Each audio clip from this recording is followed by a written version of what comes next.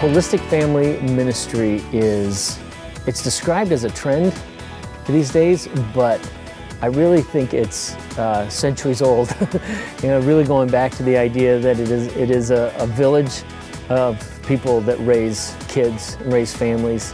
One of the great beauties I had when I was growing up, part of a covenant church, a little covenant church in Arizona, was it was the one place I was at on a regular basis, on a weekly basis, where I encountered multiple generations of people who were for me and who weren't against me.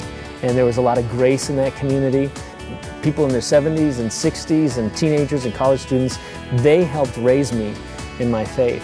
One of the biggest things that I've realized is we know the kids. As individuals, we have relationships with the kids. There's space for them to be themselves. I pay a lot of attention to culture, and I've been watching this coming for a while. And what I notice is that our youngest families want their children with them. Also, our youngest families are learning from their children. So when I hear our youngest moms and dads with their little toddler next to them in church, and they're watching their little toddler worship or pray or engage with what's happening in front of them, then the parents, it takes them to another level, and it deepens their faith as well. And so it's this very wonderful bubble of family life, learning from each other. The other thing that I think is really important is when someone makes an observation, when someone engages with an idea, when someone takes an idea and is able to act it out in a story, it becomes their own. So that is the biggest thing that I've seen with the kids. They're not just repeating what the adults have said. They're taking an idea and they're making a discovery about it and making sense of it within their world. One of the things we say around here is that the testimony is the community. So the testimony of the gallery is all of us. We're all part of the body, and so we all get a chance to speak, and we all have a voice.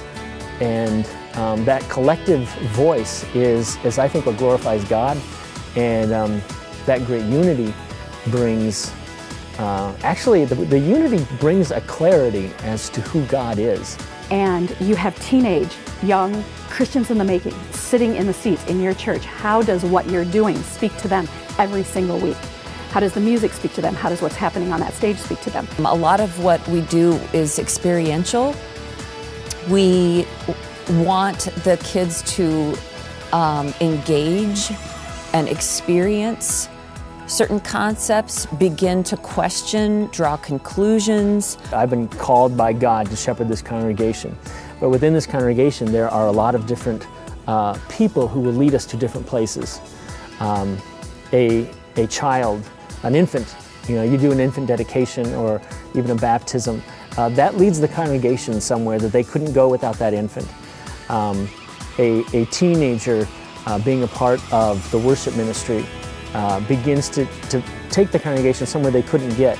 As a leader, my lens has widened as to who are the leaders and what does leadership really look like in the kingdom. A community of people where the elderly and people in their middle age and teenagers and little kids, when they all come together and they have a voice, if we can let that voice speak, I think we get a picture of the kingdom of God that is maybe a little more real, it is a little more casual sometimes, and it is, I think the best expression I could give is a divine, messy masterpiece, and I think God delights in that.